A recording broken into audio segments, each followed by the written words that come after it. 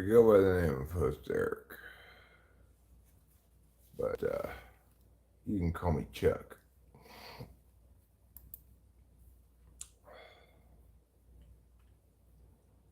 Why want to call me Chuck? Well, maybe you just want to be in line with the cool kids, you know? That would be a good enough reason. You might wonder why I titled this live stream Halfwits. Well, I woke up this morning feeling angry at two people. Oh, one of the cool kids is here. Cool. Now this table is for the cool kids. Before it was just me. I was just being a loser alone. Anyway, I woke up this morning angry at two people. The first one of them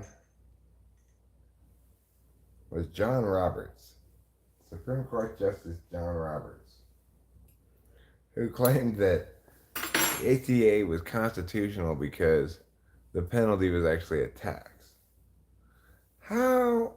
What kind of bullshit is that? It's like, that's not how you use words.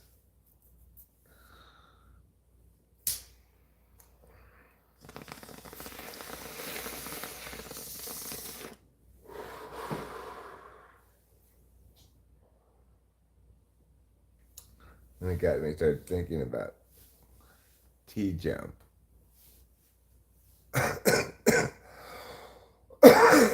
What a half-wit that guy is. Anyway, yes, we did go out to eat last night, and it was fabulous, delicious. Wow, it just, once in a while, there's no good cause for me to wake up mad at meow on any given morning.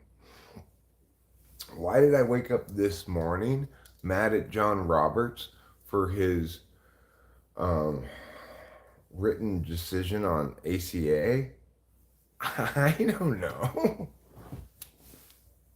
It's like there wasn't anything that comes to mind that like prompted me to start thinking about the Affordable Care Act.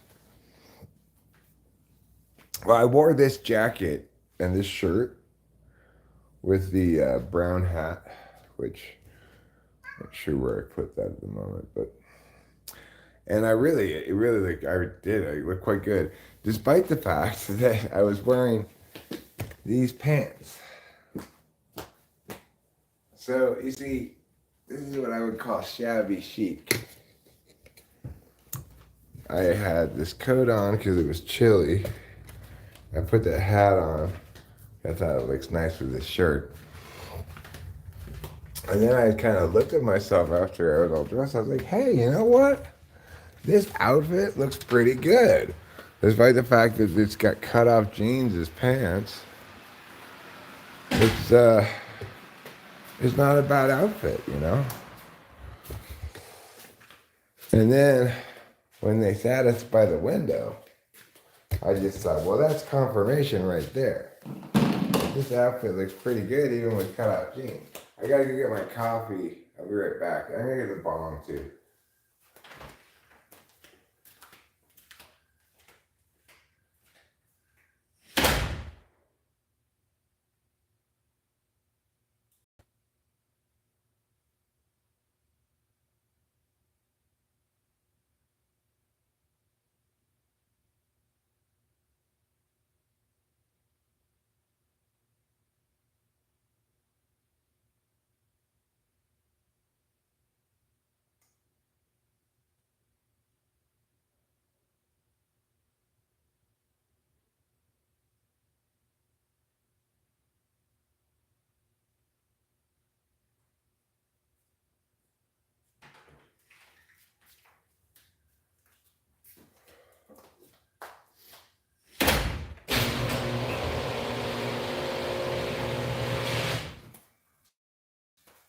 Okay. So I opened the garage door a little bit so it doesn't get too smoky in here. Oh, oh yeah, I do have them. I was gonna be like, Eric, did you forget your glass? No, I didn't. So yeah, we went to dinner last night at Frederick's or Savory, which is one of the like 3 nice restaurants in town. I mean, by which I mean fancy, like expensive restaurants. Rachel, whenever we go to either Frederick's or Charles Street Dinner House,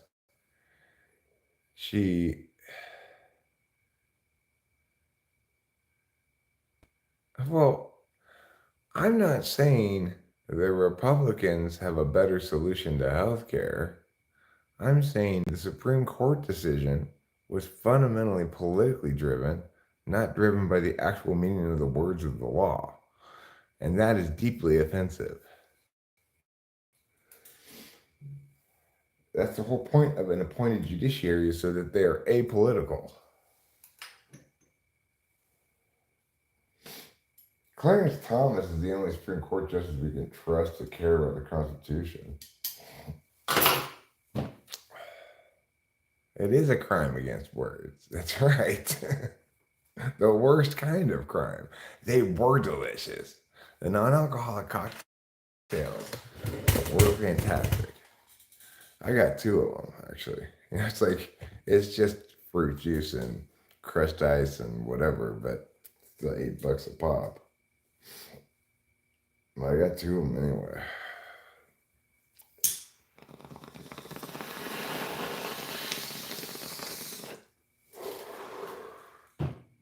Anyway, Rachel and I don't go out to dinner very often.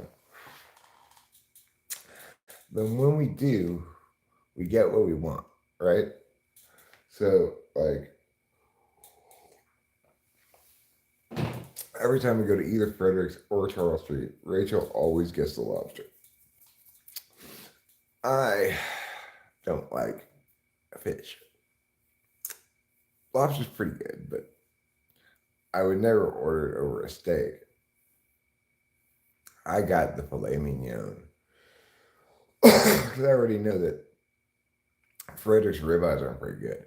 But the absolute highlight of that meal, the filet mignon, was fantastic. It had this wonderful sauce that Rachel called some kind of brown gravy. It was fantastic. And but the highlight of the meal, besides that, was the panko fried feta cheese squares with honey to dip them in. Oh my God, they were so good. And, this weekend is the county fair here in Mariposa. So I was thinking, I wonder if the chef did that to be like, oh, this is our fancy gourmet twist on fair food, you know? Well, filet mignon is not my favorite cut, although last night's was spectacular. My favorite cut, that was actually in my Indian accent, Weston's mom. If you ever watch Chopped, there's this Indian lady on it who says, Chef Frederick, at first I was skeptical of this arrangement, but this panko fried feta is amazing. That's how she talks. That's like a perfect imitation of that lady. Monique Chodhan is her name. Monique Chodhan.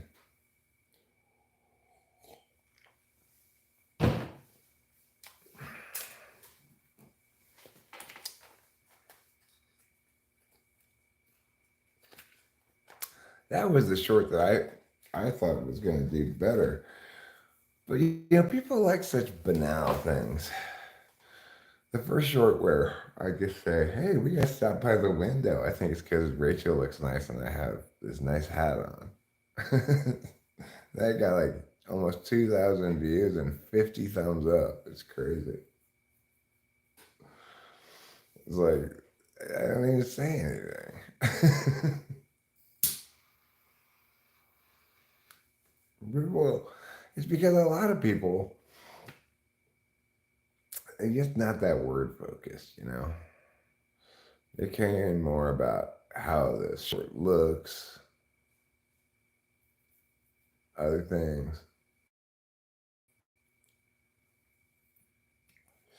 I think the videos look better on this phone than on my old phone. I'm happy with this phone. I'm pleased I got the phone I did. It's like, it's rare that I'll see a commercial for something and be like, oh, I want that. And then actually get it. Both things are rare. Like seeing a commercial where I go, oh, I want that, in and of itself, that's very rare. But then also, in the instances where that occurs, when I actually get the thing, it's extremely rare. Especially if it's something kind of expensive like a phone, you know? But basically, Rachel's dad's been prompting us to get her off of his plan and onto my plan for like a year now. So, okay, fine, we have to do this finally. So let's just go to the phone store. I guess I get my phone fixed at the same time. Of course, it's turned into a bit more of a pain in the ass than we thought.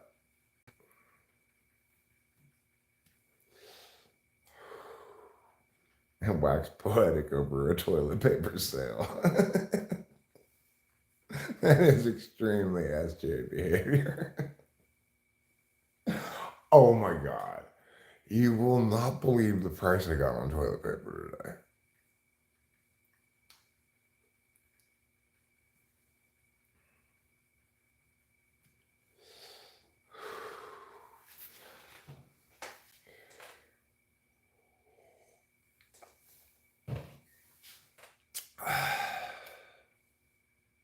They'll also tell you which aisle it was in that they got it. It was in aisle 5, towards the back, not where the toilet paper normally is, more next to the paper towels.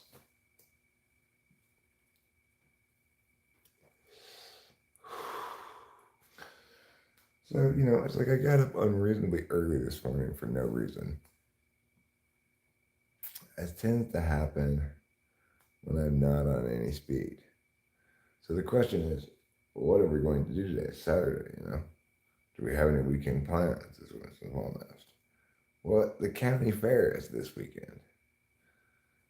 We drove past it last night, and it was full of people, and there was a big merry-go-round. I mean, not a merry-go-round. The tall merry-go-round. A merry-go-round turned on its end. What are those things called? You sit on and you go up to the top and around. What is that called? I can't think of what that's called. Now, Elias, if you wanted me to type you on stream, like if you wanted me to live stream type you, it was um, Ferris wheel. Yeah, that's what it's called, a Ferris wheel.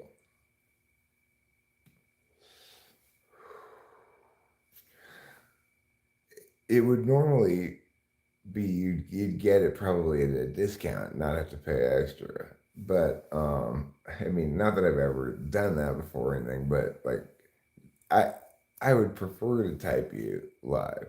Yeah, but here's the problem, Elias. I can't uh I can't type people on a live stream because I don't have enough internet yet. I will have enough internet soon when they finish connecting fiber optic internet to my house. But at the moment, it would be too much of a bandwidth demand for me to have you and um, Google Meet, and I mean, the way it works, did you PayPal me? The way typing sessions work with me is this. I receive an email that says, you've received money from PayPal. And then I go, like this, I thought for a second it happened yesterday. I was like, oh, fuck. Rachel, somebody paid me. Now I'm going to have to work. So if you want to book a typing session with me, if you, okay, then I will respond to that email. I'll respond to you when I get that email, as soon as I'm like done streaming or whatever, I see I got that email. I will, I'll email you saying, what day and time do you want? And if you want today, well, I could fit it in today at some point. Today's a busy day, kind of, because it's the first week of college football season, and I love college football. But I could squeeze an hour in somewhere. It's also fair weekend, but I think maybe we'll go to fair tomorrow or tonight instead of during the day. So I'll try to squeeze you in sometime today, but it can't be during the SC game, so it'll have to be like at noon my time, noon or 1. The SC game comes on at 3:30. And, I had to, yeah, I'm Pacific time, by the way. I had to, I'm spending $100 a month for the duration of this college football season just to get the Pac-12 network.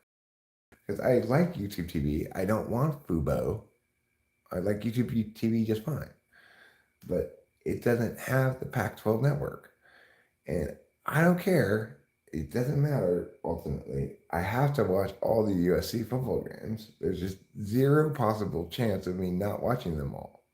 It's my email address that Winston's mom just put up there, ssuartscire@gmail.com. That's my full name backwards.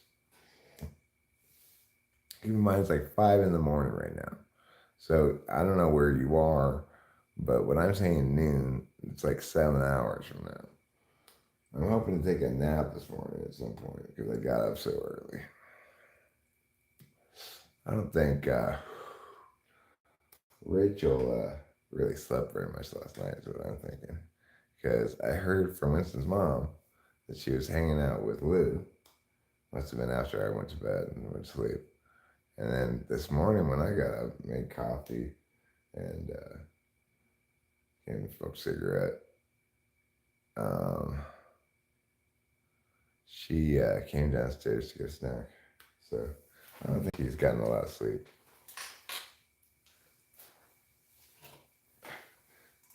She often sleeps like, I think she goes to sleep like 3, 4 in the morning, 5 in the morning. And then she sleeps till like noon, 1, 2 in the afternoon.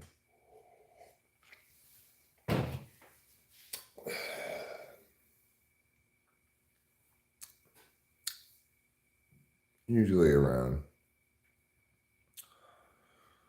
sometimes in the late morning, or a lot of times in the late morning, like 10 or 11, I'll be like, okay, I need a little nap. I'll go lie down upstairs with her. Sometimes I get my best sleep there. I had a weird dream last night about trouble getting horribly injured. It's like somehow Trouble got his shoulder, like meat sliced open, and his shoulder bone was sticking out, and he was trying to walk around, and I was trying to get him, and it was horrible. But he's fine. He's fine physically. Emotionally, he's turned into the history's most neediest cat. Like right now, he is inside, like wanting me to let him out the other door because he's so stubborn.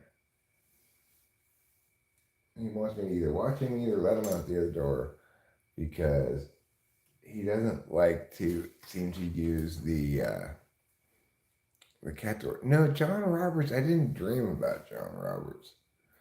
I woke up thinking about Clarence Thomas,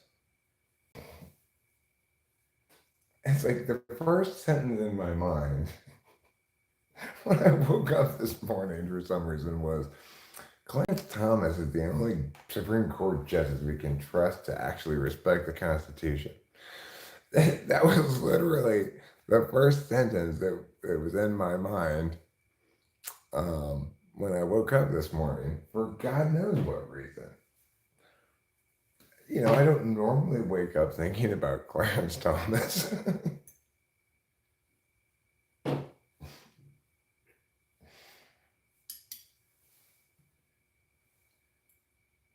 But some days I do.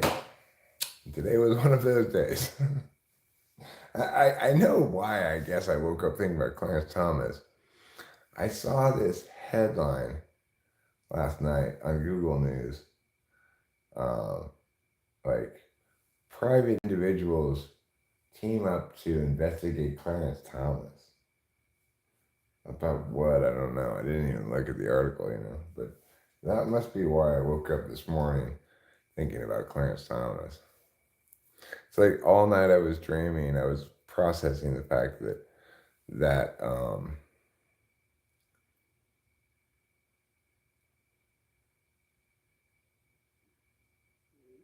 well, I don't know what Clarence Thomas did in regards to grift and Harlan Crow, but yeah, sure, if he's corrupt, that's a perfectly good reason to critique him.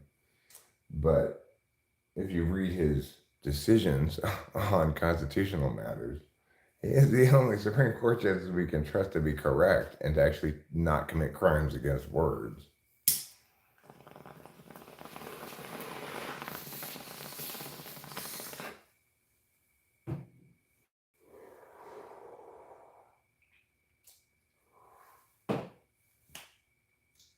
Read his dissenting opinion.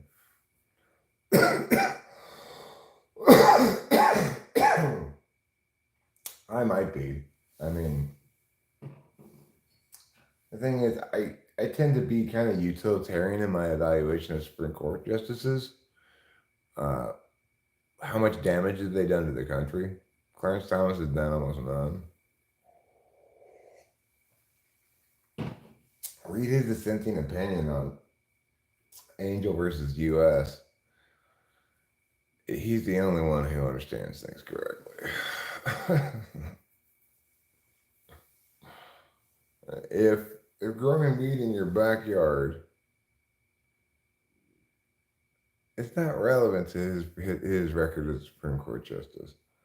I'm talking about the actual decisions he's written and stuff, dissenting opinions and stuff. Whatever's going on in his life, I don't give a fuck. It's like Bill Clinton, he's a horrible man, but a great president.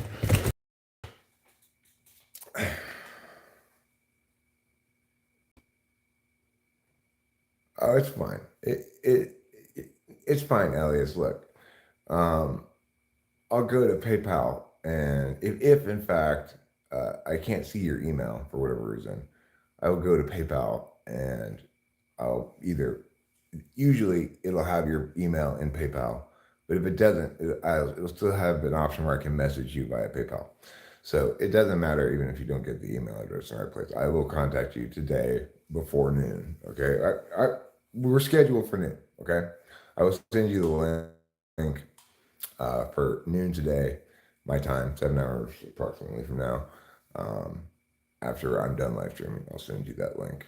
Don't worry about it. I'll definitely get in contact with you and put you the meet room link, and I'll see you at noon. Okay. Cool. So you can expect that email from me shortly after I'm done streaming. I don't know how long I'm going to be streaming for. Probably not a super long time. Because. Okay, cool. Thanks. Because I'm not on amphetamines today, so.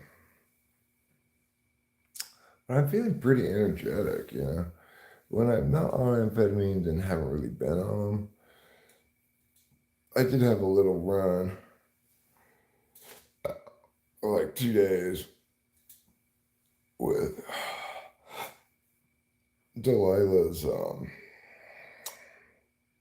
generic rolls, and I gotta say, she's it's not psychosomatic Delilah. Those little square white generic outer rolls are fantastic.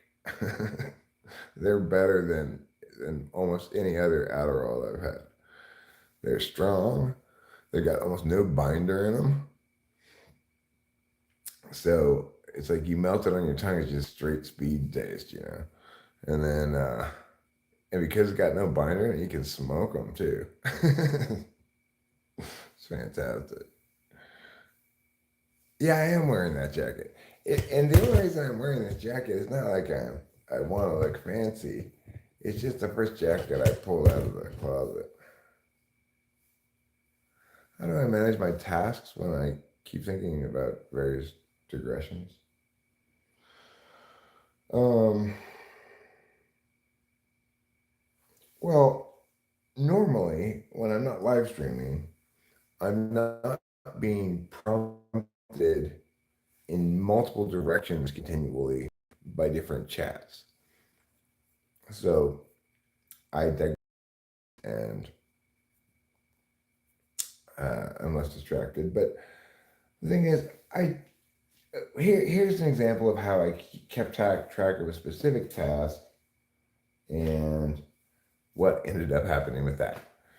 So yesterday, Rachel wrote a check to pay our yearly water bill. For where we live, we pay for 1 year's worth of water, $600, and then we get unlimited water.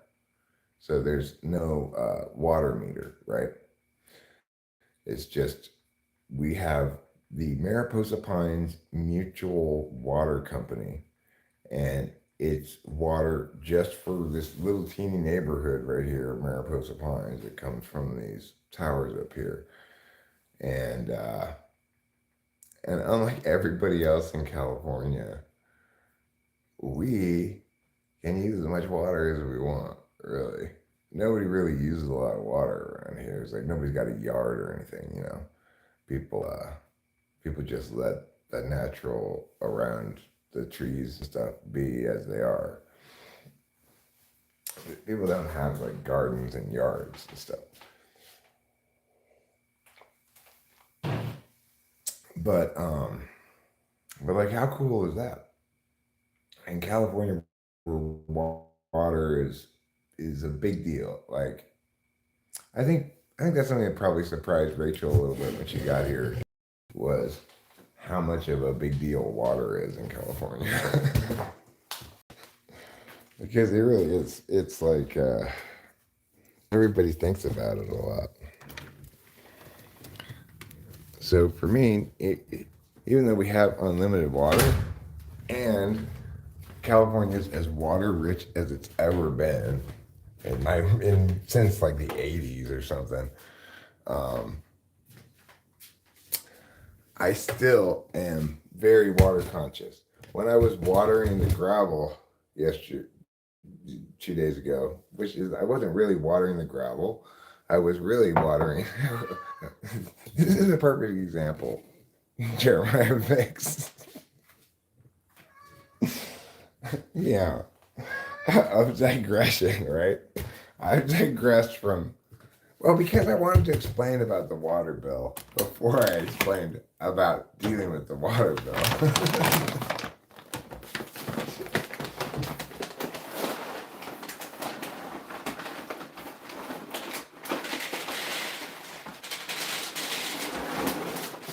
But anyway, I'm watering the gravel because that's where all these little sunflower seed sprouts come up. And I'm thinking maybe we can get a late season crop of sunflowers. But autumn's coming on fast too, so I don't know if that's really going to be true or not. Regardless, we need to pay the water bill. So Rachel,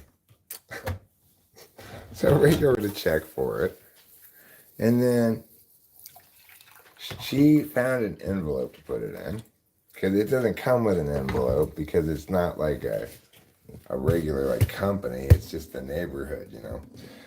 Um, so anyway, she managed to write the check. We had said ahead of time, like, okay, tomorrow we're gonna when we finish dealing with Rachel's phone, which we had not finished dealing with yet, because not our fault, that one. Then we will also pay the water bill on that same occasion, because I'll transfer you money, yeah. We were going to do all this stuff on one occasion. We did all that, okay, with the water bill. She wrote the check, she got the envelope, I put a stamp on it and put the return address sticker on it. And then I put it right here on the table and said, like, okay, I've got to remember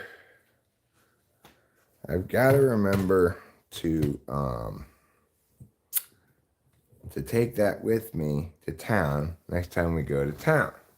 Well, then a little later that afternoon, yesterday afternoon, early evening or whatever, I was getting hungry and we were like totally out of groceries, and we meant to go to the store yesterday, but we didn't.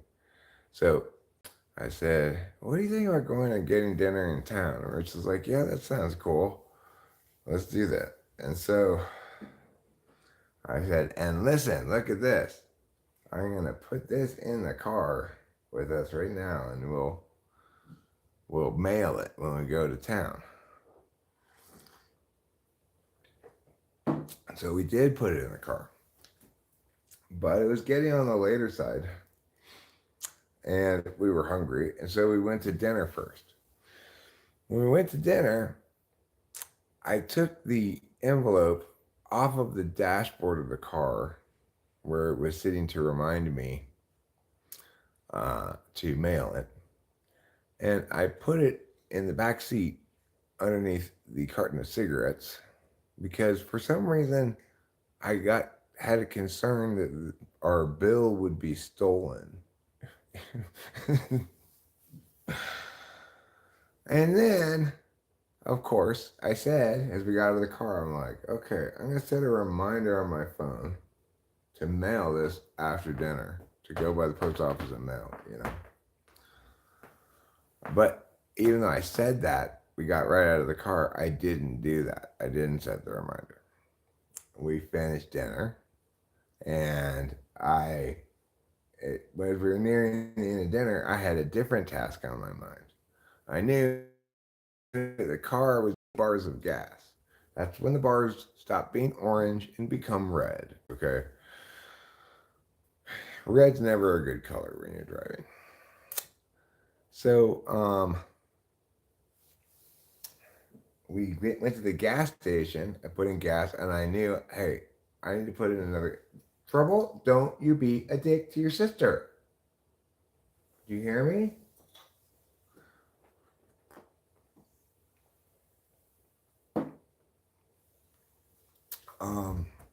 So I put oil in the car, put the gas in the car, got back in the car, and we drove straight home.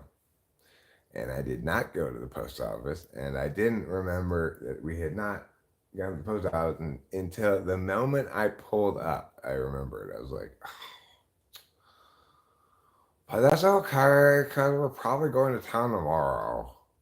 Or we kind of have to, because we do kind of have to, because we're out of groceries, It's like all we have left are frozen French bread pizzas, frozen burritos,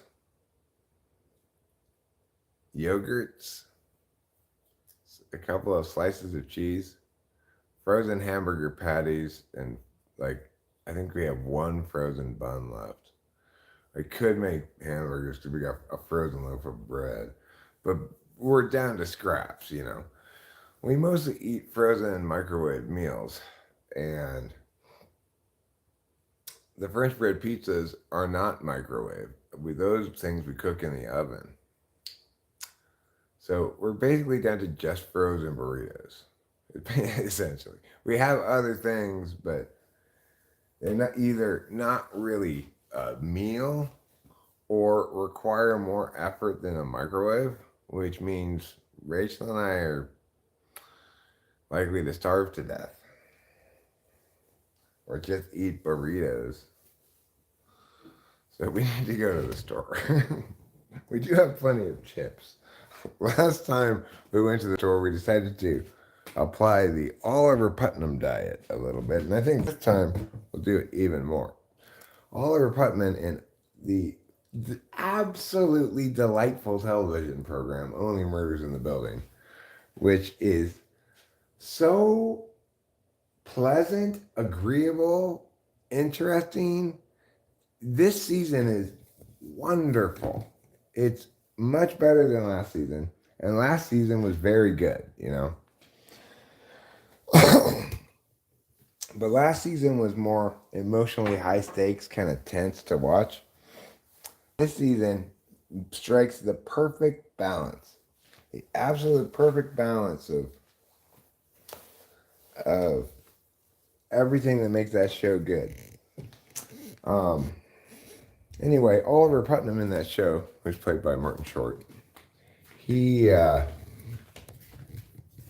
he eats dips mostly as his meals, like hummus and shit, you know. So last time Rachel and I went to the store, we got a bunch of chips and dips.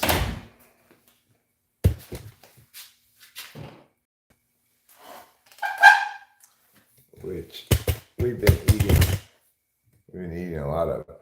But the fact is, Oliver Putnam, we might all wish it were the case, but in reality,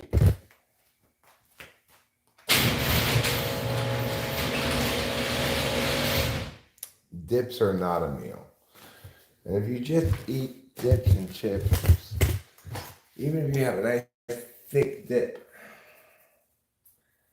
you're going to be like, okay, where's the main course? That's what you're going to be like.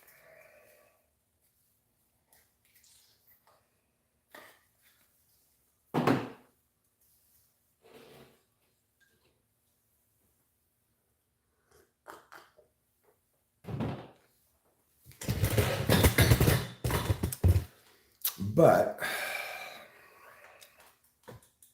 I think that if we were to incorporate more hummus-like dips into our dip collection, that we might be more successful in filling up on dips.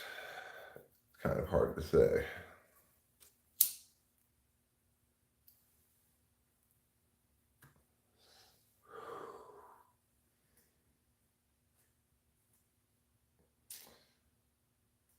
So yeah, Supreme Court justices obviously should recuse themselves and avoid conflicts of interest when appropriate. That's one side of a problem that can happen with Supreme Court, right? Subjective concerns biasing a Supreme Court justice, like taking a bribe or, you know, making voting on a case in which you have some personal interest when you should have recused yourself. That's one way that things go wrong with the courts potentially. That's why there's an obligation to recuse yourself in cases where there is even the possibility of an appearance of a conflict of interest. You have a responsibility to recuse yourself. An actual conflict of interest isn't even necessary, just the appearance of one. So that's one half of the way that the courts go wrong. But the other half is much more concerning, right? The other half is courts go wrong when TEDOMs get in charge and try to interface compromise solutions instead of doing their job, which is to respect what words mean. Clarence Thomas does that part fine, mostly. The other part, he may be guilty of graft or whatever, you know, and if that's the case, it may be sufficient to say, impeach him or something. But I think you have to impeach Supreme Court justices, like just like the president. But I'm not entirely sure how the process works.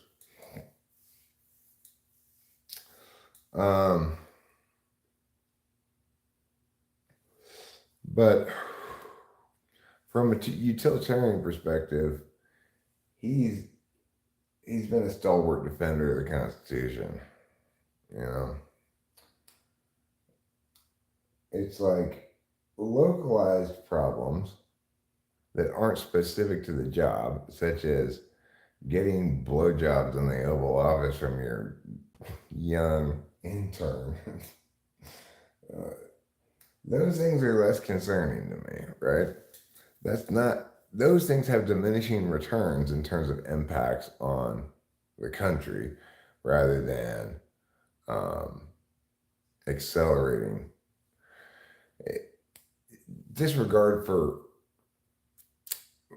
the rule of law in general, like Trump's position, Trump's basic approach to the presidency is much more offensive to me than if he had, uh, you know, voted yes on a bill that helped his hometown recover from a disaster, but no on every other bill. It would be like, okay, that's fucked up, and that's not respecting rule of law and stuff, but that doesn't negatively impact the country in a significant long-term way, except insofar as it sets precedent that that's okay. Whereas John Roberts saying you can declare any penalty a tax and make anything Congress does constitutional accordingly is disastrously short-sighted T.E. Dom clusterfuck of a buttfuck of a shaw.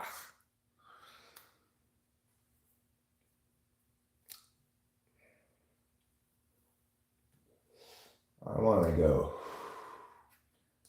see that man and metaphorically slap him in the face. Just be like, John Roberts, you have no respect for the meaning of words, nor your duty as a SCOTUS Chief Justice.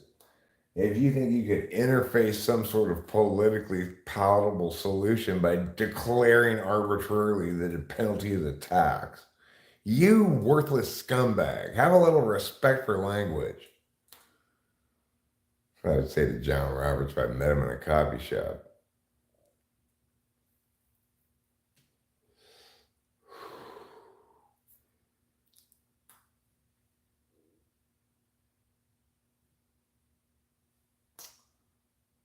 People keep thinking they want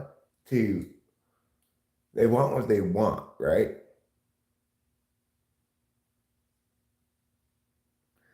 That's the problem. People keep thinking they want what they want.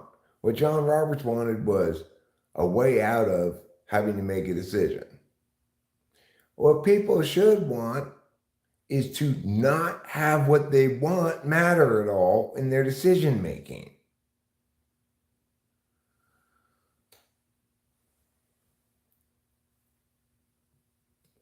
If you're a Supreme Court judge, or a judge in general, I'm not talking about you shouldn't care what you want when making a decision about what car to buy or something. Obviously, in those instances, it only matters what you want. It doesn't matter anything else.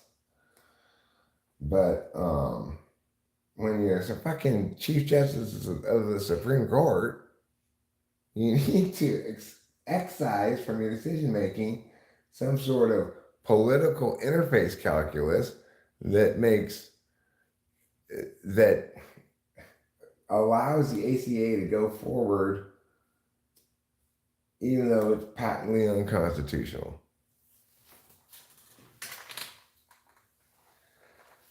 The Supreme Court a long time ago expanded the congressional power to tax into something that they called the power to tax and spend. Mandating is neither taxing nor spending. And if we are going to pretend it is, then anything's everything.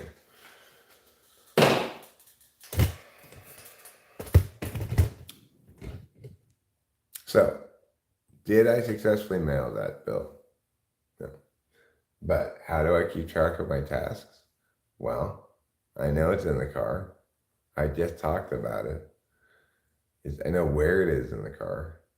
In fact, I think I might have put it back. Actually, I don't know where it is in the car because I might have put it back on the dashboard.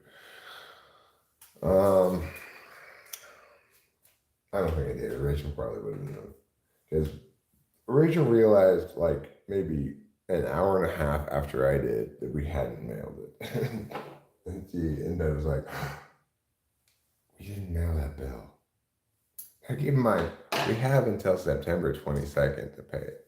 So it's not, but how do we deal with tasks?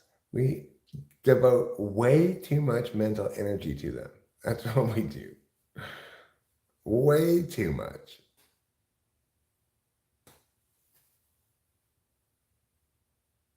Awful but lawful.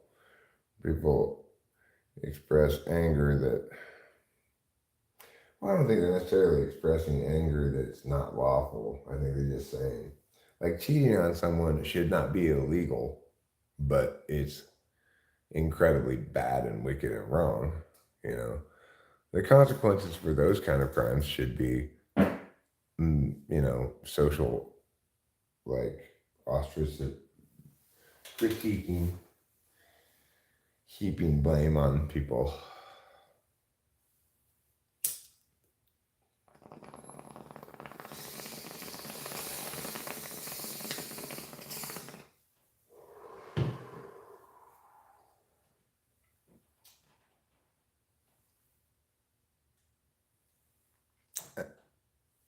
Well, come on.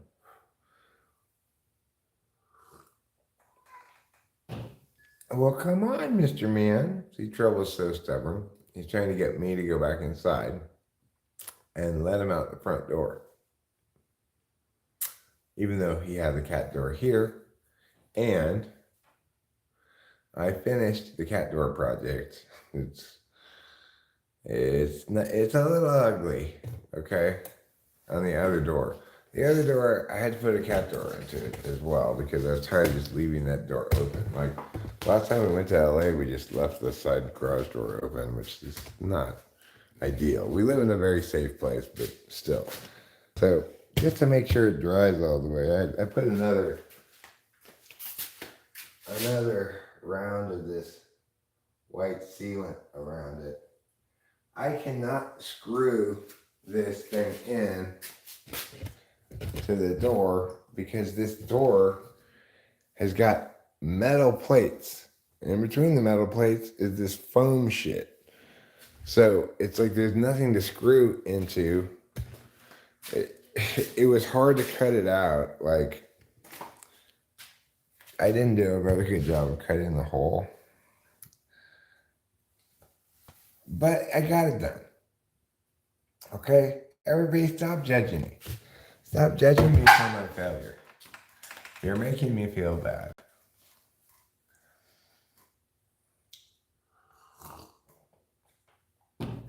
Anyway, the other night I out-stubborned him. Oh yeah, I got a cut with the angle grinder on a cutoff disc. It was not what I'd call a clean cut. Oh, it works. It works. The other night I out-stubborned Trouble. He was outside and I was out here, so I didn't even hear him meowing at the front door. Eventually, he came in through the cat door here. And so it's been successfully used, but the cats need to get used to it. I think maybe Capito's already just using it and not even thinking about it. Oh, it's safe for them to go through. It's perfectly safe for them to go through. It's just not a very aesthetically pleasing job. You know, I had to use epoxy to stick it on there, and then I put all the sealant around it to make it weather tight, and you know, I don't know how I feel about it. It's like on the one hand, I'm really a believer these days in trying to do jobs well and correctly as best as I can. On the other hand, it's like I knew at that moment, okay, I'm on this little bit of Adderall. This is an intimidating job normally. I should just get it hammered out here instead of worrying about making sure, because TE is a lot of pre-work, right? It's like if you want to do a job well, you can't dive in, get your hands dirty, and see what happens. You got to really have it planned out ahead of time. So with jobs like that, where I know what I'm supposed to do here, but I also know it's not supposed to be done on this kind of door. This is not made for that kind of door at all. And also that I don't want to take the door down and put it on a sawhorse to cut this hole out like it says I should. I want to cut it while it's hanging there. You know, that's too much extra work for me. So I just hammered it out and it looked like it. It looks like I just hammered it out.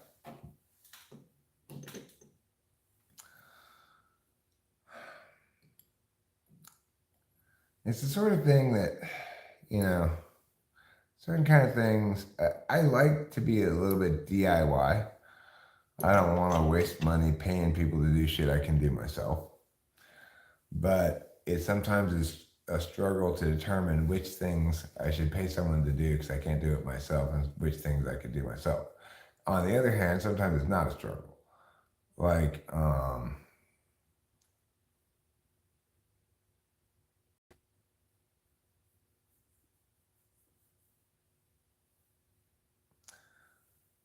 well, they were hollow core. That is hollow core, but it was not filled with cardboard or whatever. It was filled with this very thick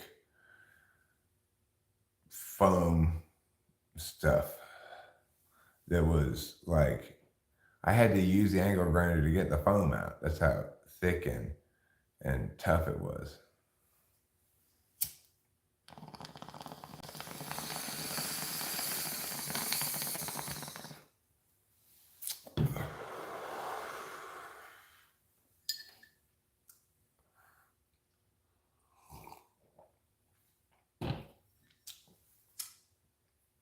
I think the whole house is made out of that stuff. Because every wall I try to drill into, there's this metal plate behind the wall. It's like there's no wood in this house. They made it like fireproof, you know?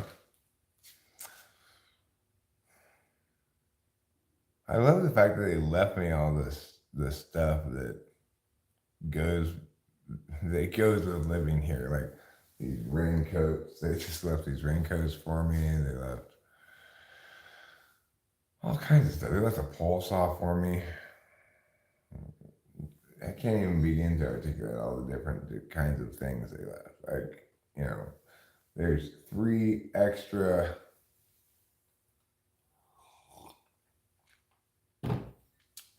Yeah, well, or you can epoxy it onto the outside of it, like I did, and keep your fingers crossed. It's slow drying epoxy too, so I had to prop it there for some time before I took the prop away. And then, even then, it started to shift down a little bit, so I propped it back up and put another thing of sealant around it. Hopefully, it'll stay there. If it falls off, we're gonna just get better epoxy, I guess.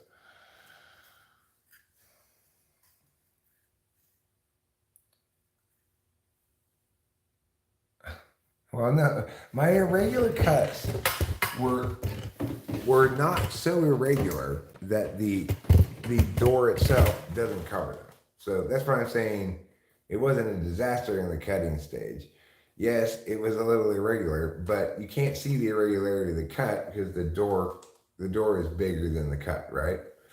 And it's got little side things that cover over the area where it's irregular. So that part's fine.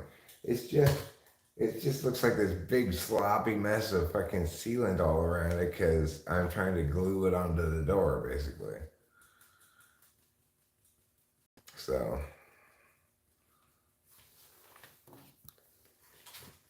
I want to glue it onto the door, and I also want it to be weather tight.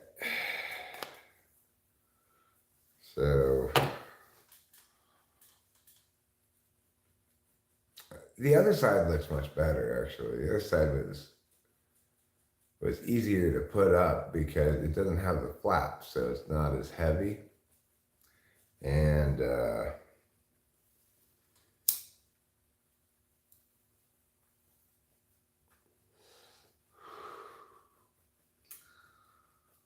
and it stuck better. It just stuck fine. So the other side's the side that you see from the outside is fine. It's not. It doesn't look like a pro did it or anything, but it looks a lot better than the inside. I don't have those black things there. It provided those black things, but I wasn't quite sure where you were supposed to put it or whatever. I guess I don't think you were supposed to put it where I put it.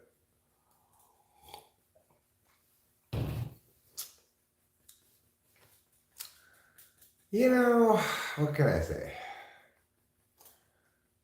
If I really become unhappy with this cat door, what I will do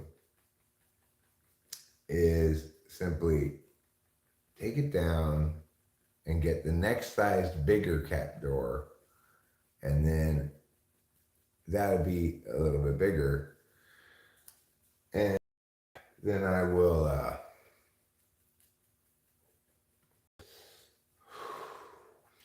drill through the metal. You know, because the thing is, my irregular cuts made it such that I could only even theoretically drill through on one side, because on the other side, the holes were in empty air, you know.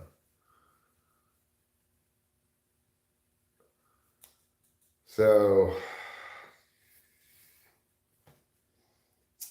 if I wanted to make it, if I want to fix this, that's how I will fix it. That would be a good fix. I won't have to do any more cut. I'll just have to get the next bigger size up. Hi, Boba Fett. Nice to see you. Good morning. It's early in the morning here in California, about 20 to 6. And I'll be live streaming for not a whole lot longer. It's not Labor Day. That's Monday. It is Labor Day weekend. A lot of tourists in town. When we went to town last night, I saw, like a family of Asians walking down the street, taking pictures of the downtown, looking quaint, and that definitely screams tourists to me. We don't have a lot of Asians living in Mariposa County, even though there's a lot of Asians in most places in the state.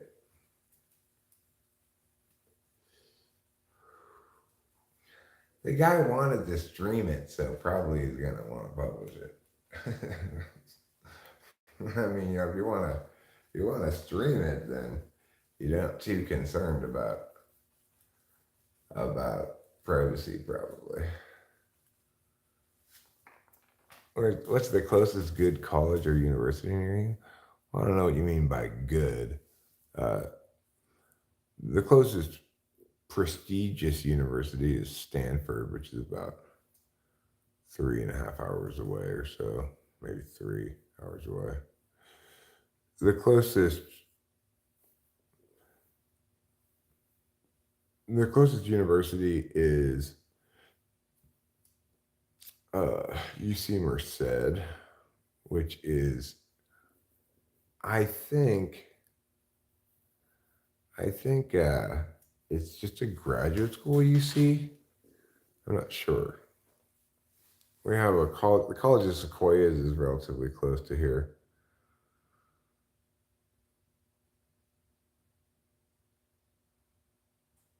Oh, well, yeah, Jeffrey, in fact, wants to go to Stanford. Interesting that you mentioned that. Winston's mom, Rachel told me last night, I didn't know this, but that Jeffrey wants to go to Stanford, and his parents are concerned he won't get in to Stanford under engineering because he's Asian. And I told him, well, I didn't tell them, I told Rachel. I said, they should not be worried about that because if Stanford's in compliance with the most recent Supreme Court ruling on the matter, they are not allowed to consider race as a factor at all.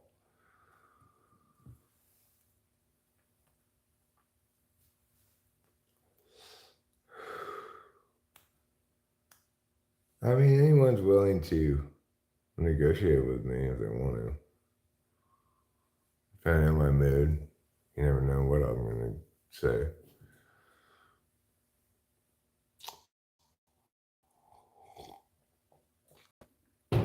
By and large, I don't like working. So I'm not natively partial to making it such that I work more. You know, I'm pretty lazy, Boba Fett. I'm not sure if you're really taking into full account just how lazy I am.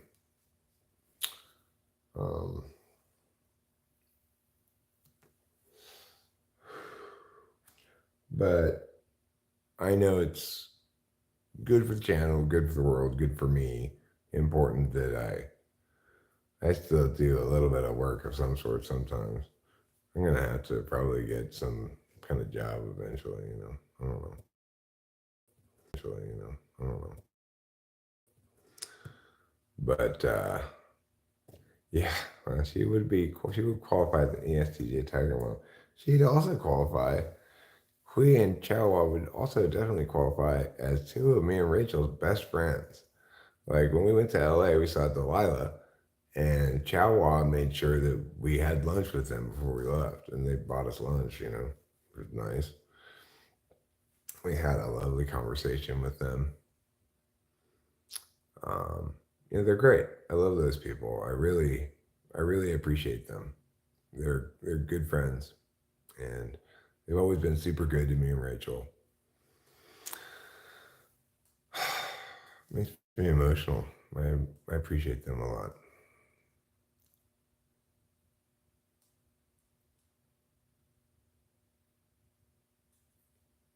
No, it was a sudden change of temperature, Boba Fett. Actually, uh, it got to it got to Kelvin 0 degrees all of a sudden, and so that's why everything but sound froze. Somehow sound was also able to move across the medium. I'm not sure. If it were 0 degrees Kelvin, could uh, could sound travel across the medium? Capio's here. Hi, Capio. Try the other door. Look, there's another door. Do you see it? Let me show you. Let me show you. Yes. Oh, wait. She's going. Let's see if she uses the new door.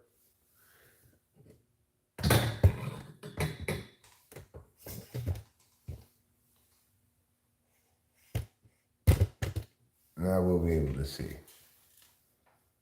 That's good. Good shot, huh? You can see she's going to use it. Go ahead. Use the new door. Go ahead. Yes. Let me show you. Let me show you how it works. Oh, yeah. Oh, yes. Look, if you look. See? There's a flap.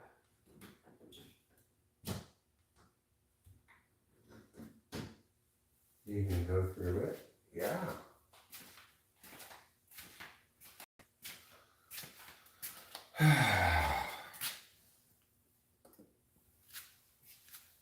I should have titled this episode, Eric does a horrible job on the cat door.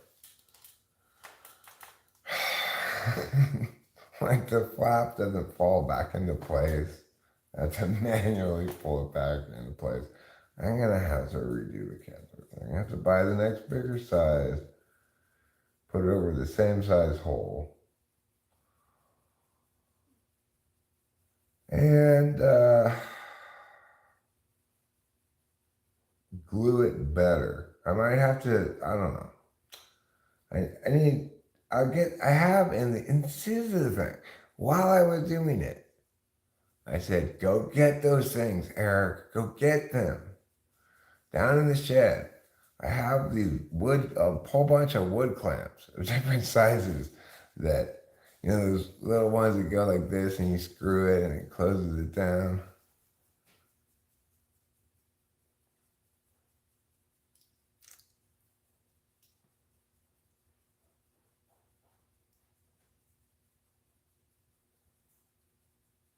Well, it's cheap, 10 grand. No, feeling like I got ripped off.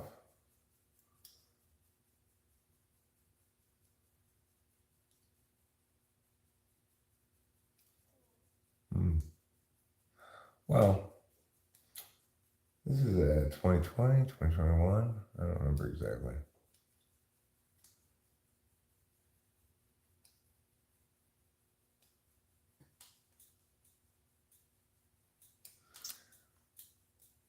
But this, keep in mind, Wisdom Mom, this is the Ranch Edition. Okay, so it's got a little bit extra. This is the Pro FXT Ranch Edition that I have. Okay, not just a regular one. I have the Kawasaki Mule Pro FXT. Okay, Pro FXT Ranch Edition. So it's pretty special. It's got extra things. Well, you're not supposed to take them out on the roads, but you can drive them on the roads around here. Nobody has a problem. Well, I had to pay for it separately. It was here in the garage, tempting me to want to get it, right? And when our house sold for more than I expected it to, that's when I said, you know what, we are going to get that little car. I want it, let's get it. And I'm so glad we got it. Even though I don't hardly ever drive it. It's like it makes us a legit member of this community because everybody around here has these things. And ours is fancier than most of them. Almost everybody else's. Ours is a super nice one. So it makes me feel good to have it. I like driving around in it when I do. And I also like the fact that if I had just been smart when I was doing the cat door, I would have just gotten a little car, drove down to the shed, got those wood clamps, and driven back up here and clamped the fucking thing after I epoxied it. And then it would have stayed in the spot where it's supposed to go. Oh, is she gonna go outside? Let's see. Go outside. Go. You can do it. Yes, you can go out there. Go ahead.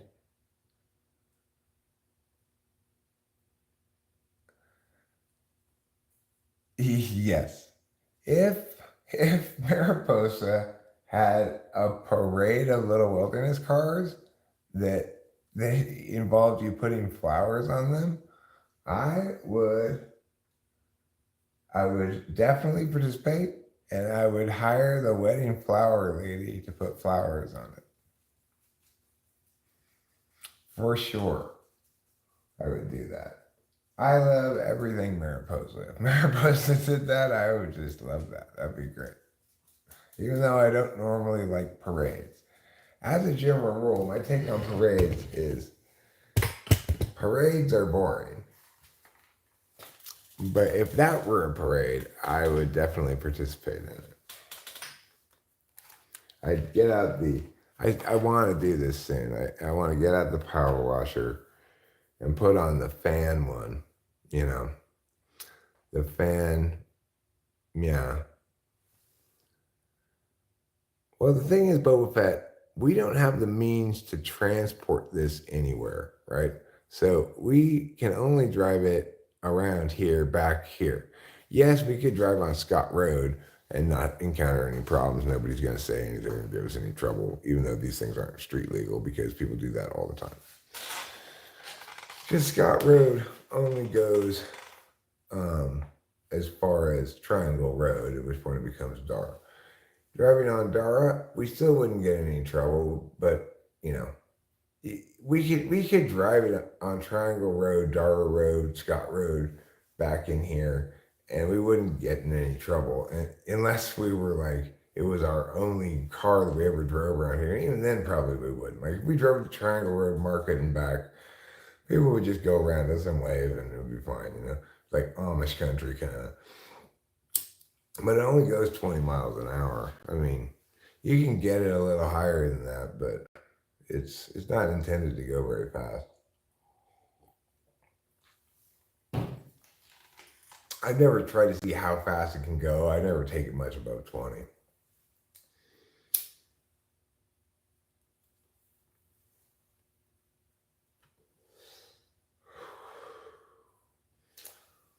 But yeah, wash it out with the power washer with the fan. The fan attachment would be a good idea. Kitty seems to like a little wilderness car too. Do you see her?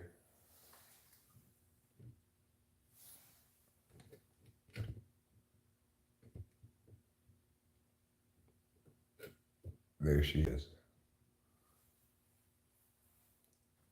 Looking in the little wilderness car. She's our little wilderness car mechanic. She's trying to fix it.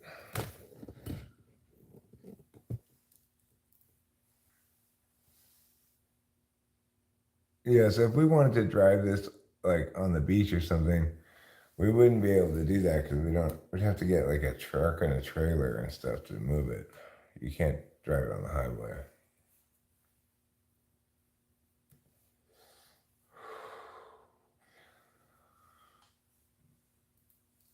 And I don't want to get a truck or trailer. Although I did see what looked to be I didn't look at, obviously, I didn't delve any further into it, but I saw like what looked to be a good deal on a 4x4 truck that they're selling that's on Triangle Road.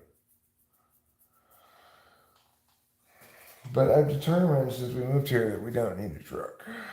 I thought before we moved here that we were going to need to get a truck probably. We don't need a truck. The Mini's great, Considering how windy the roads are around here and how hilly, a stick shift Mini is kind of like the ideal car. So, if I had to take my own trash to the dump, first of all, that would suck ass. But second of all, then I'd have to get a truck.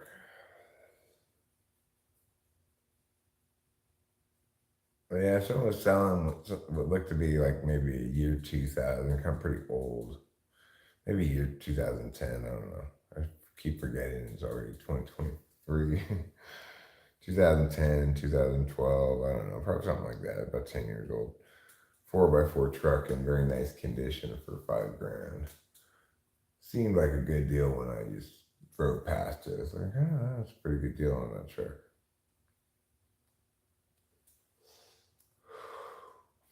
But I'm not one to pull the trigger on purchases much. I'm not a big purchaser.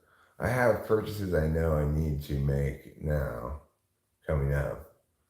And I'll get around to going onto the internet and buying these things. One of them is a cordless lavalier mic for my phone. The other thing is a USB to aux cable so that I can plug my phone into the car so I can listen to audio through the phone in the car. Yeah, exactly. Yeah, I mean, I'm not going to buy that truck. I'm not suggesting I was going to buy that truck. I was just thinking like, Eric, remember when you used to think you wanted a truck? That would be a good deal if you were still going to get a truck. But I'm not, so.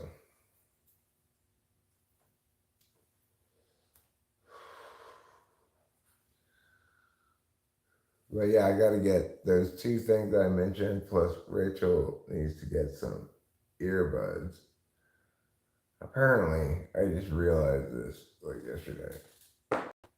She's been using these corded headphones because obviously she must have lost her earbuds or something, and just suffering rather than just saying, buy me a good earphones, Eric.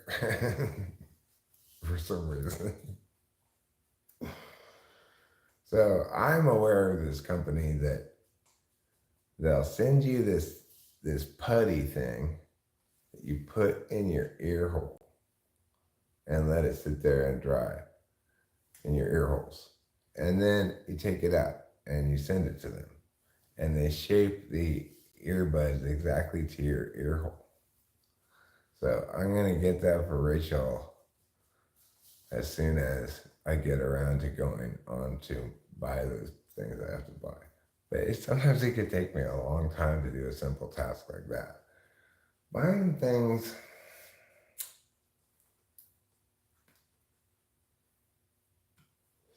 I don't mind buying like dinner and shit like that. I'll pull the trigger on that, no problem. But objects, I have a complicated relationship with objects. Like, one of the dumbest things I ever did was buy that corded lavalier mic. That was one of the classic examples of NI ignoring. I know I hate cords. And for some reason, when I bought a lavalier mic for my other phone, which needs it more than this one does, needed it. It's past tense phone now. I no longer have it.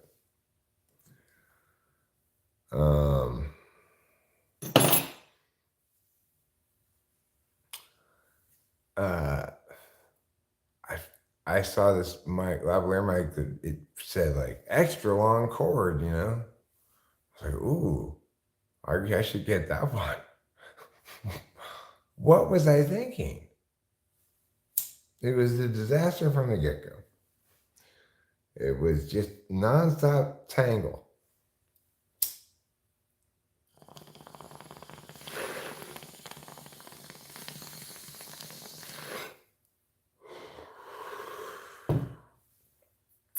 So anyway, I'm gonna get a cordless one. Fix that mistake. Dumb mistake to make. 6 a.m. Yeah, well, put it this way. My trip to Amazon to buy a lavalier mic last time was very much like a Shea Langalier's trip to the plate. Almost certainly a strikeout or a double play. In this case, I'd call it it's not quite a double play, but it's worse than a strikeout. So I'm not sure. There's no equivalent in baseball.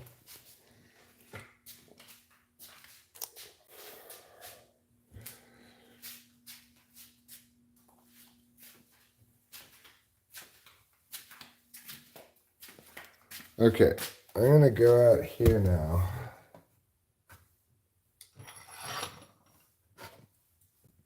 What is this thing?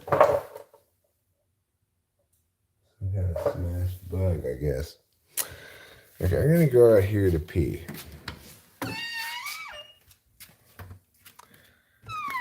I'm gonna pee where I often pee,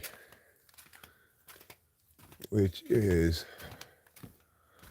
right here on the side of the hill. You probably can't really see much right now. It's not that dark outside as it appears on the camera.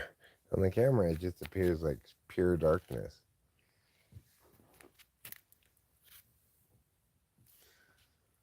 Well, anyway, I often pee here. In fact, the plants right here seem to be doing a little bit better than the rest of the plants on the hill.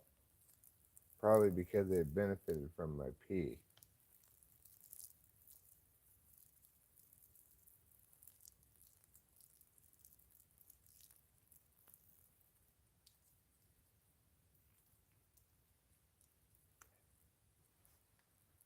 And you know, this is a general rule that applies to everything. Anything and everything that I pee on does better.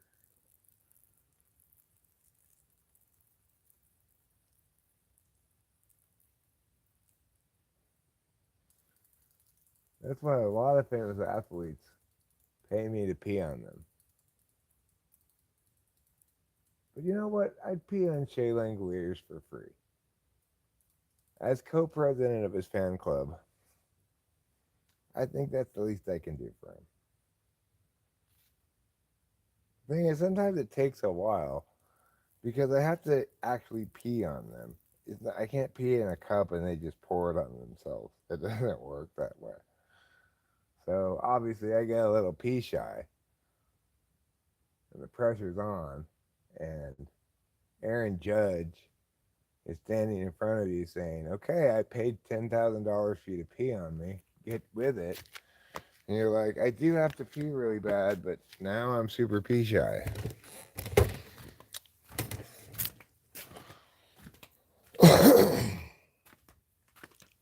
Those are just some of the kinds of problems that Eric has to deal with on the daily, you know? On the daily basis, that is, on a daily basis. Well, Kitty, you win this time. You get to go out without using a cat joke. But let's see you get back in without using a cat joke.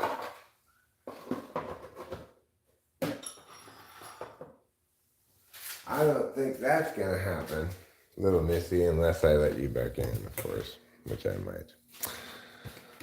Okay. Let's return to the inside part of the house for a little while. Might have to make 2 trips. I'll take this and the coffee in one trip. Come back for the bong and the weed in the second trip.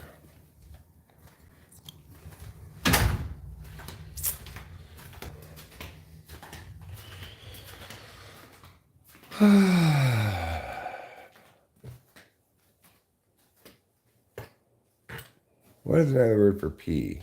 Urinate, tinkle, piddle. Micturate. I've never heard micturate before. If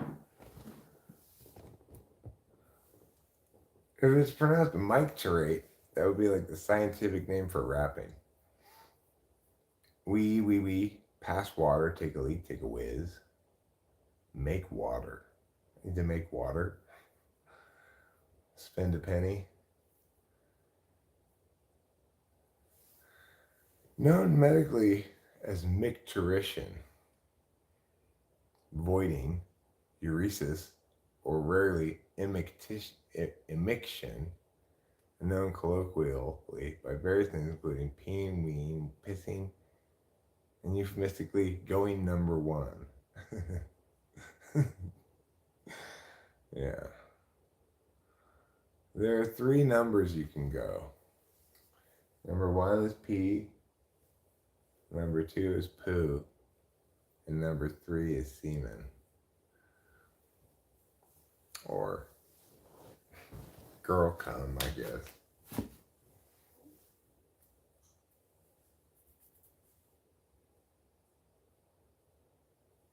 TIL. Today I learned.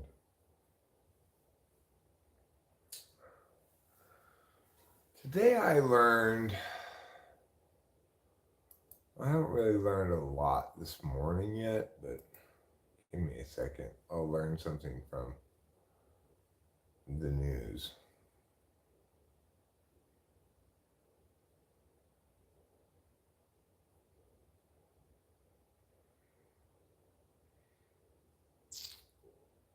Well, today I learned that Rudy Giuliani pleads not guilty.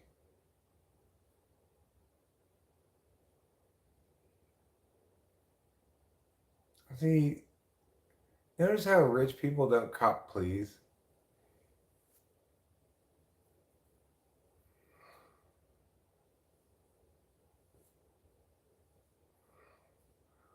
Does the FBI have a file on you? How to find out?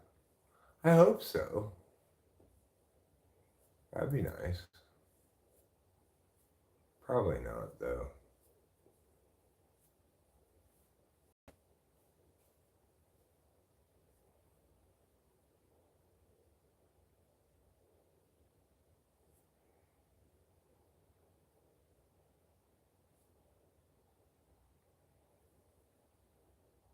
Um, Experts sound the alarm after rare appearances of devil bird in New York. We must act now. Okay, I'll bite.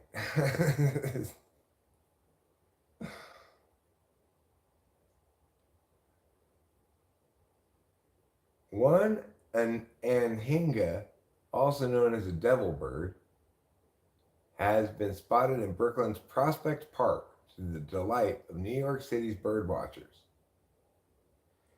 The word anhinga, which comes from the Tupi Indians in Brazil, roughly translates to devil bird or evil spirit of the woods. Ahingas swim partially submerged in water, leaving only their snake-like head visible from the surface. And while one bird alone doesn't make a trend, another birdwatcher in Rome, New York, 180 miles north of the capital, has reported stumbling across a group of 22 anhingas hanging out together next to a canal. According to the New York City Birders Twitter account, X, parentheses, formerly Twitter, parentheses, account, the Prospect Park anhinga is the first of its kind to be spotted in New York City since 1992. Wow, cool. Don't miss your chance to see an anhinga if you live in New York. Newly spotted comet may soon be visible without telescopes. Well, that's cool. We'll get a good sight of this comet because we don't have much light pollution around here. You're gonna get a very vivid night sky.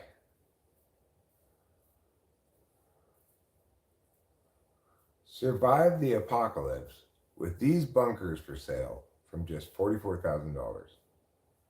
Hmm. Well, that's pretty good price for surviving the apocalypse. Yosemite has its own library. You're not allowed to borrow books from it. That's a good headline from the San Francisco Gate.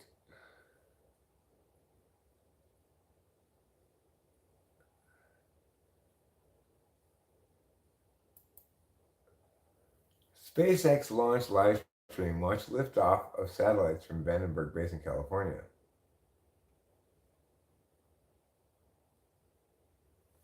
Oh, that's 1:25 a.m. We should be able to watch that.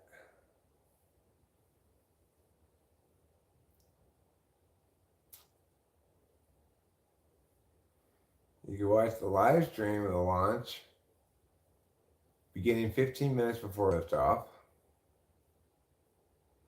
But I'm thinking I want to watch it from outside. See if I can see it in the sky. It's supposed to be at 7:25 a.m. It's now 6:09 a.m. Okay, well that sounds fun. Jimmy Buffett died in the news today. I am shocked to hear that Jimmy Buffett was still alive.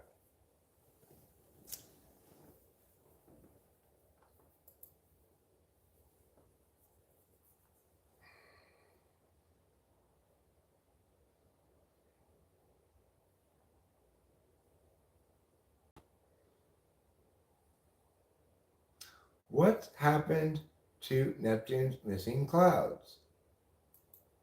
Hmm, let's find out. What has happened to Neptune's missing clouds? Astronomers have discovered a new clue as to where Neptune's shifting clouds have gone and why.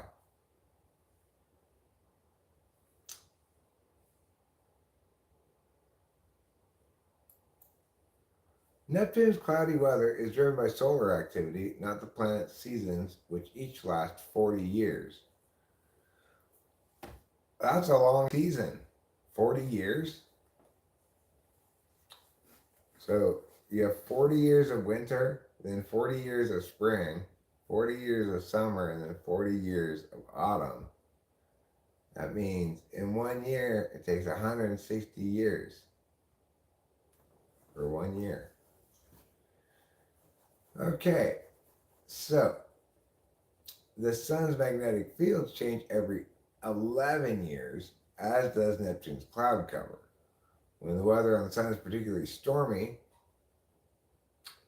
more intense UV is expressed to the solar system. Over the last 2 years, which has been the solar cycle's peak, the number of clouds on Neptune has significantly increased. The team further found a positive correlation between the number of clouds and Neptune's brightness from the sunlight reflecting off of it. So yeah, basically Neptune's clouds correlate with sun activity.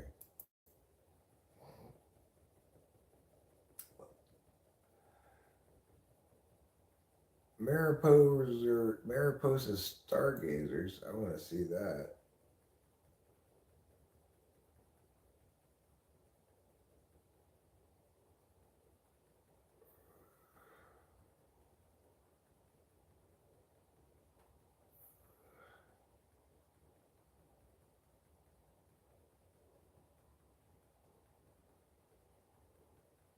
Hmm.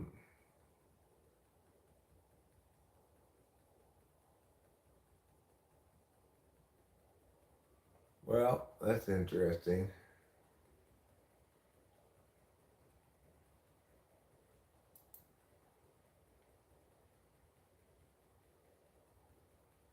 They are sun lovers.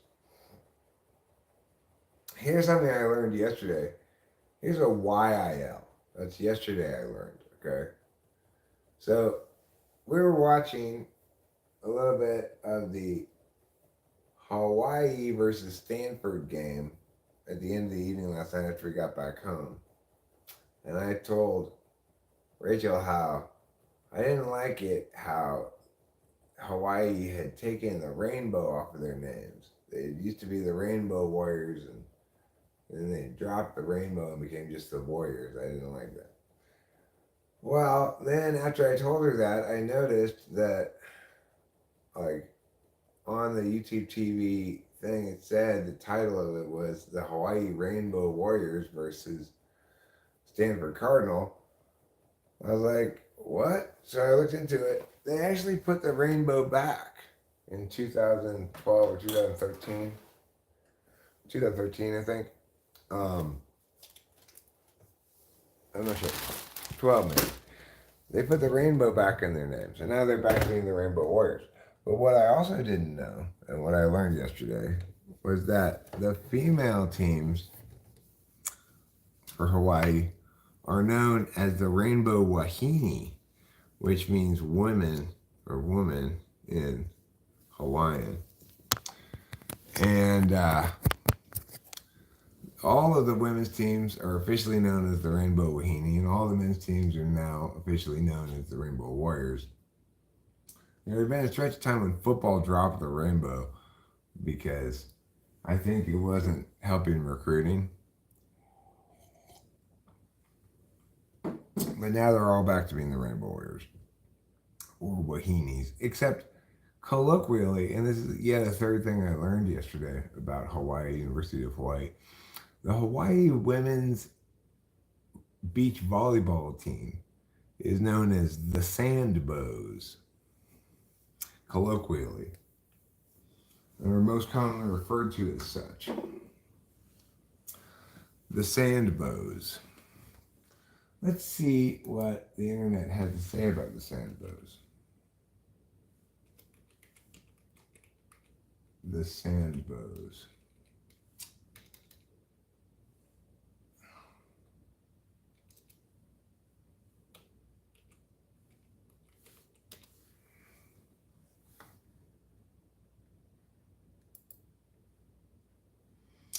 Yes, the person tries to correct me and say, "Do you mean the sandbox?" But no, I meant sandbows. And when I say yes, I meant sandbows, it says first entry Wikipedia Hawaii Rainbow Wahine Beach Volleyball.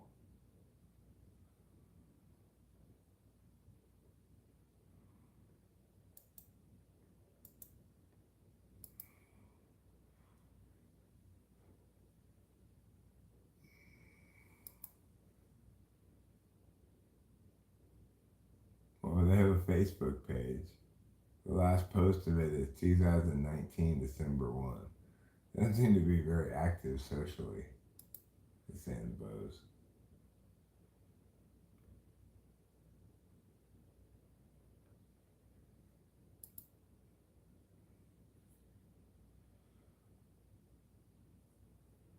May 4th is the most recent article about them. It says LMU sweep Hawaii advances to Friday's Elite Eight. Megan Rice and Rika Orsi-Toth took the first match point, taking down the Sandbows 21-12, 21-13.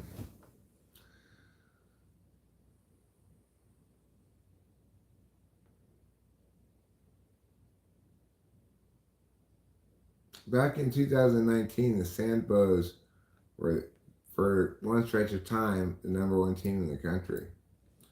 No longer. No longer. Women's beach volleyball is mostly a gateway to masturbation, I think.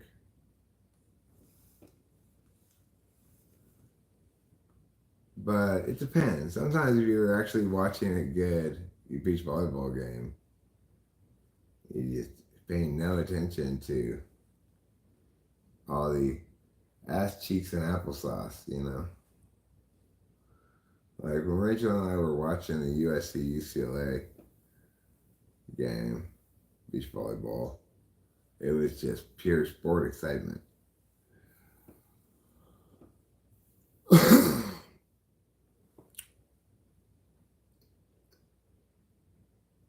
Uranus is in retrograde until tomorrow morning. Uranus is in retrograde until tomorrow morning.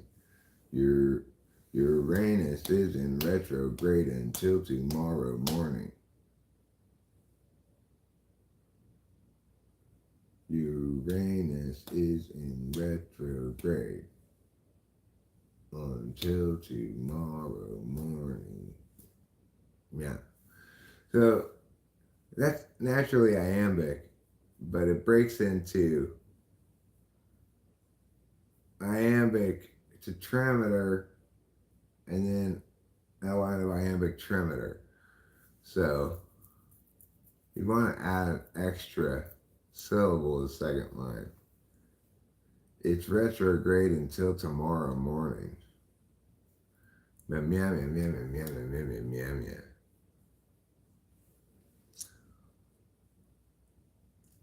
Of course, you didn't read it. You didn't write it quite the way I read it. But I've got a penis, a scrotum, a pair of testicles, pajamas, a toothbrush, new shoes, and a case. I fit my reflection. Let's get out of this place. Past the church and the steeple, the laundry on the hill. Memories of it still keep calling and calling. And get it on. Tempted by the fruit of another. Tempted, but the truth is discovered. what's been going on now that you have gone. There's no other. Tempted by the fruit of my mother. That song would be so much grosser if it said, tempted by the fruit of my mother.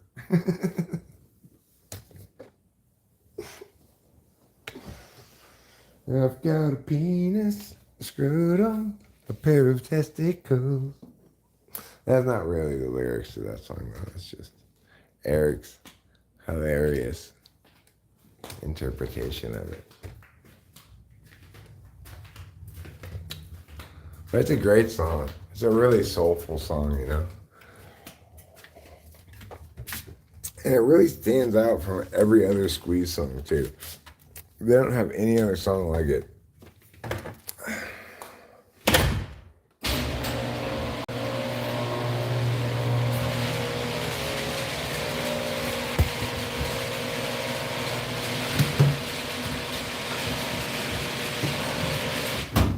Okay, so now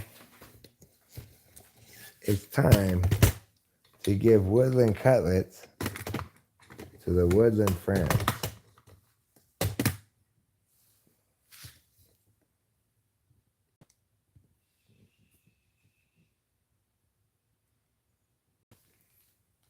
Okay, that's a good angle right there.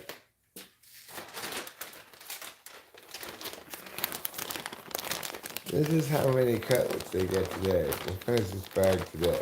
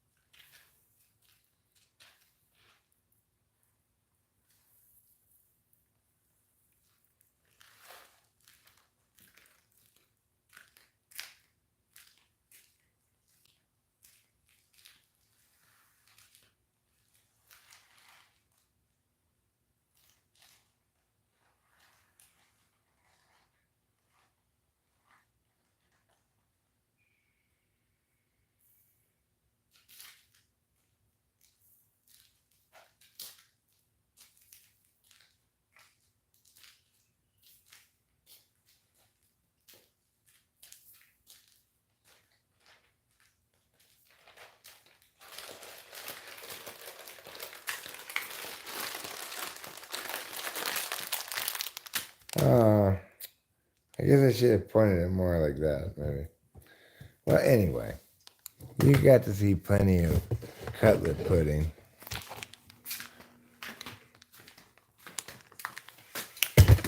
So, the woodland friends naturally are a little cautious about the cats.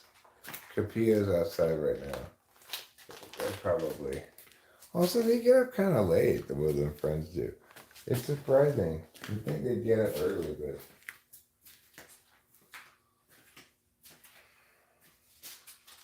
Okay, I'm going to clean the cat box now.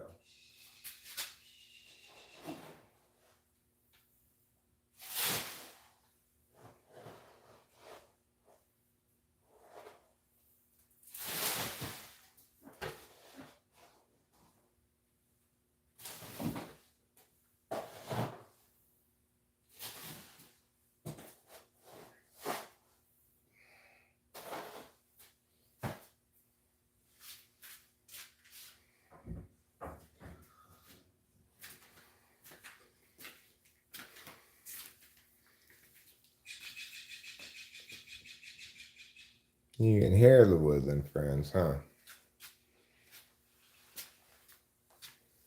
They're talking to you. They're saying, love us. We are your woodland friends.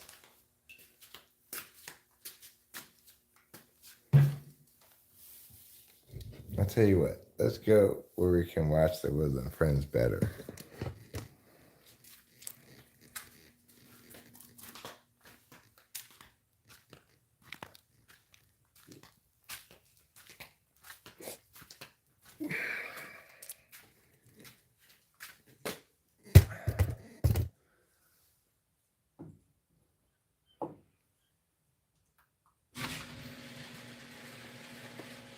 I got smart and I started leaving this right here, so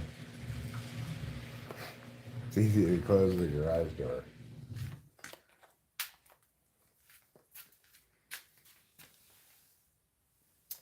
I have to pee again.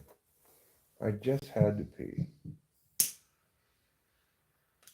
There's coffee for you. Goes right through you. All right, let's go back to go pee again. Over where I like to pee.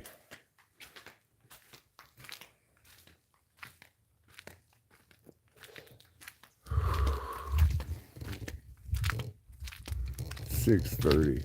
At this point, it's like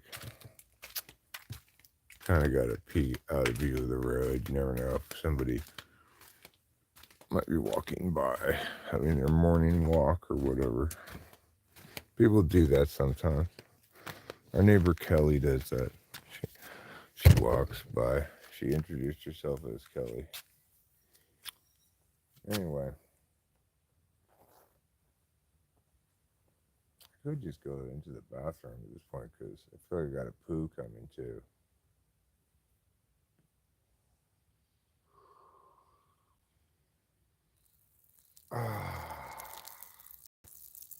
Wonderful, wonderful urine. Having wonderful pee.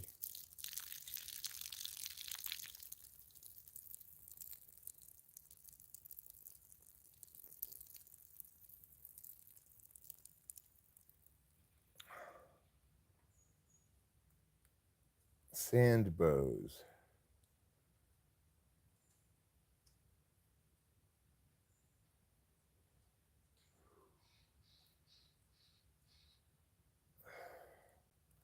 You know, they really should call rainbows sunbows.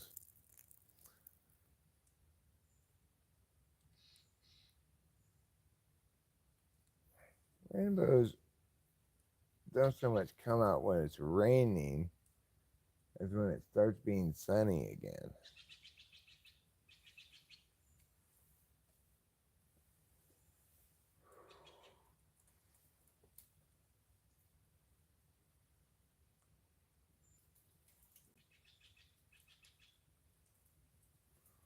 Or they could also call them multicolor bows. Then instead of fixating so much on the conditions under which they occur, you'd simply be describing what they look like. That might be a better approach than naming those things.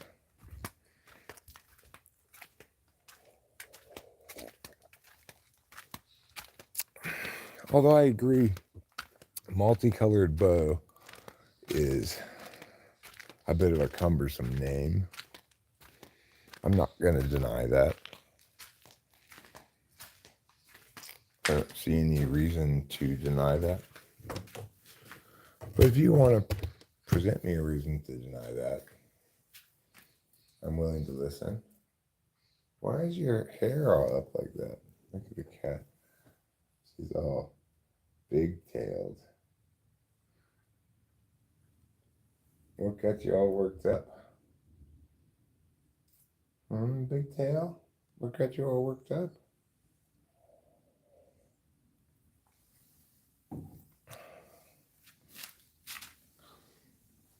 Are you just feeling frisky? She might just be feeling frisky. She's a feeling frisky feline. Oh yes, you're my frisky feline. But you're really a big-tailed barber right now. Yes. You want to go in the house?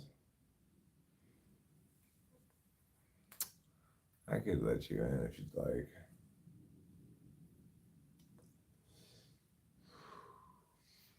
But yeah, like it's 6:30. I hear the squirrels being like, okay. And the Blue Jays are like, all right, I guess it's time to get up. So I can see them gathering in the tree over there across the street.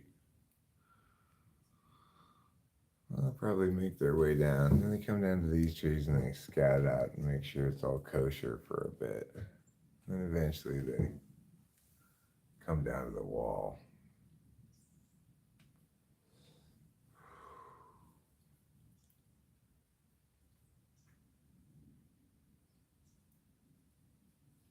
Come on, woodland friends. Get your cutlets. Of course, there's a fair amount of naturally occurring food around here. If you like berries, anyway. I don't know which of the woodland friends like berries and which of them don't, but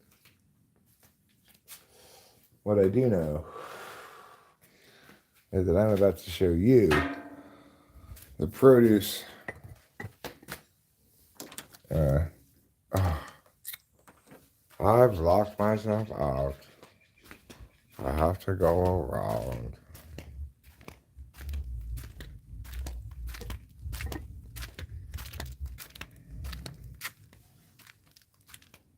Oh no, I double locked myself out. I have to open the door again. Well, that was kind of dumb of me. But doing dumb things is not especially unusual for me. So, in that regard,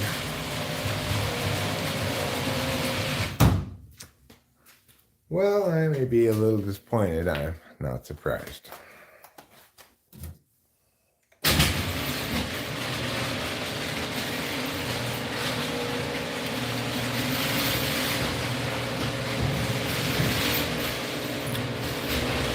Now, the next important question is, why was I going to the house again?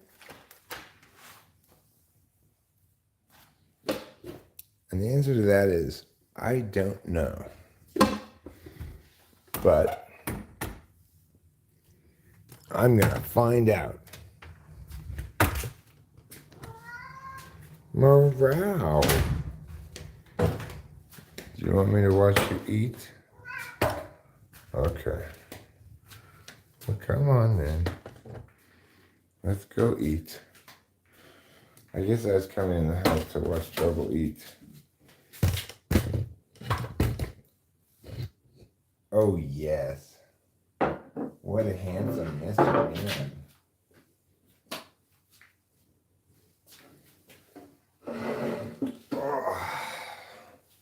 Oh, yeah. Yeah, Daddy knows. Daddy loves. Oh, yes. What a good eater. What a captain of industry you are.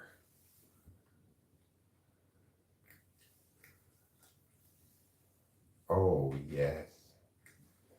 I'm very impressed with your eating skills.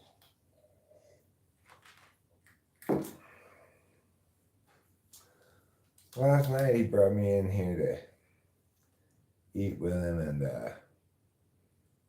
I swear he wasn't even hungry. He just wanted me to watch, to sit at the table with him.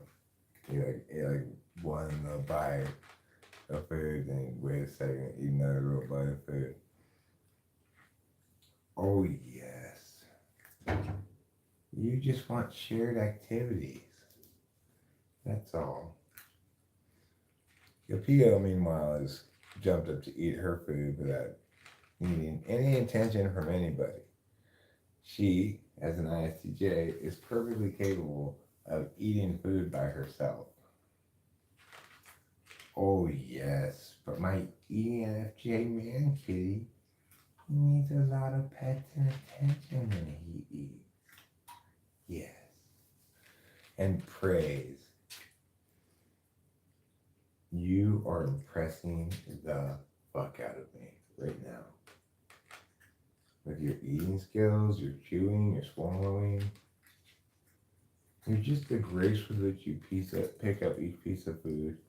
It astonishes me every day, all the time. Oh, yes. Daddy knows. Daddy knows what a good kitty you are. Yes.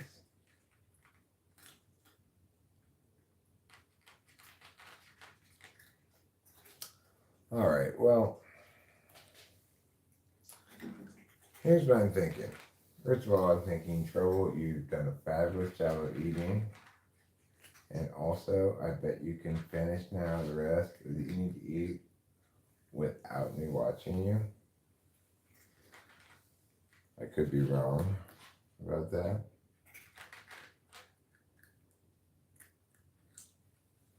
We're going to give it a shot, though. Okay? I believe in you. I believe you can eat unwatched.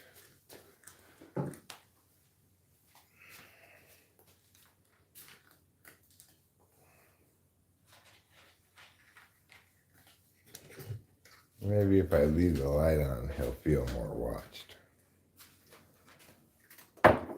Okay, so now we're back inside the house. And I think what I'm thinking is, yeah, that's where I was going in the house. Tempted by the fruit of your mother.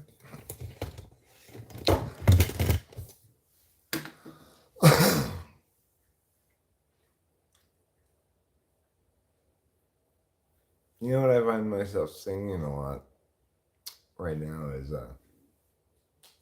watch out for my body rolls, watch out for my body rolls, high kicks, high kicks. This is how we do it now.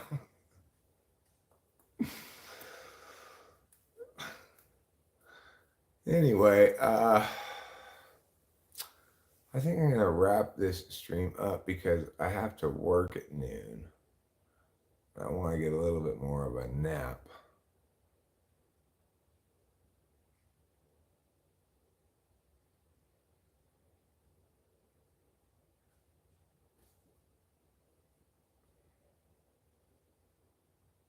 The moving finger writes and having writ moves on, nor all your piety nor wit shall lure it back to cancel half a line, nor all your tears wash out a word of it.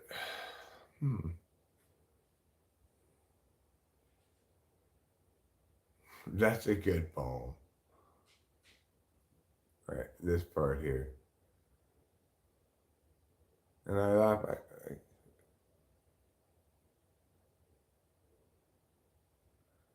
I laugh.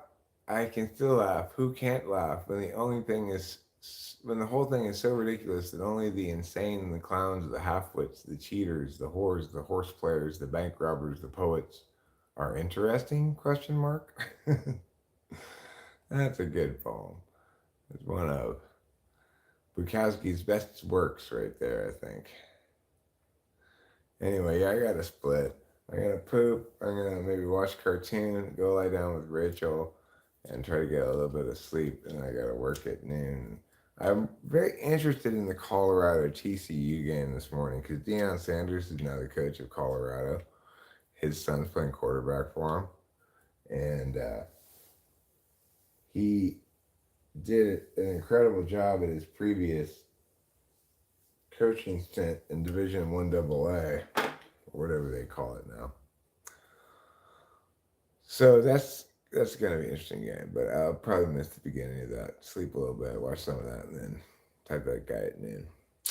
All right, bye everybody. Love you. Thanks for being here.